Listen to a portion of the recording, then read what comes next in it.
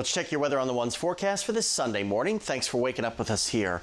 I'm meteorologist Robert Suhr. We start with a look at temperatures in April so far in Bowling Green. 21 days have been above average and just 4 days below average. However, we get into the end of the month and into May, I think we are going to add to this below average category. The Climate Prediction Center puts out a hazardous temperature outlook, which I'm sure not many people know exists, but they are saying over the next 2 weeks, as we get into May, you see May 4th to the 10th, pretty good shot of some locations seeing much below normal temperatures. It's relative for May, so remember that. We're not going to see 20s and 30s for highs, but much cooler than it has been. That is looking pretty likely as we head into May. We'll be above average today, back in the upper 70s and lower 80s with lots of sunshine. Really a very quiet day across the entire tri-state here with just a little bit of high cloudiness rolling its way in this evening and into the overnight hours.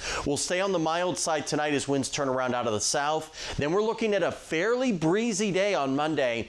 We could see a decaying area of thunderstorms trying to work their way in tomorrow, mid-morning to late morning.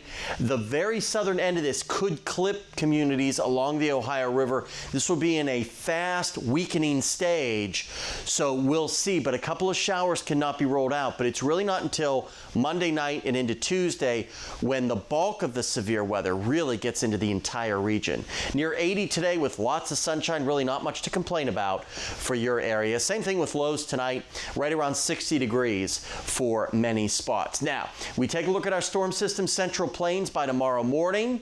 Notice some of those thunderstorms trying to clip us, but it's really along the front. That's when the main line of storms will roll through here with the best severe chance, probably around or after sunset. They've trimmed the enhanced risk back just a little bit, but still, all modes of severe weather here are on the table Monday night and into Tuesday, especially damaging winds, but can't rule out a tornado.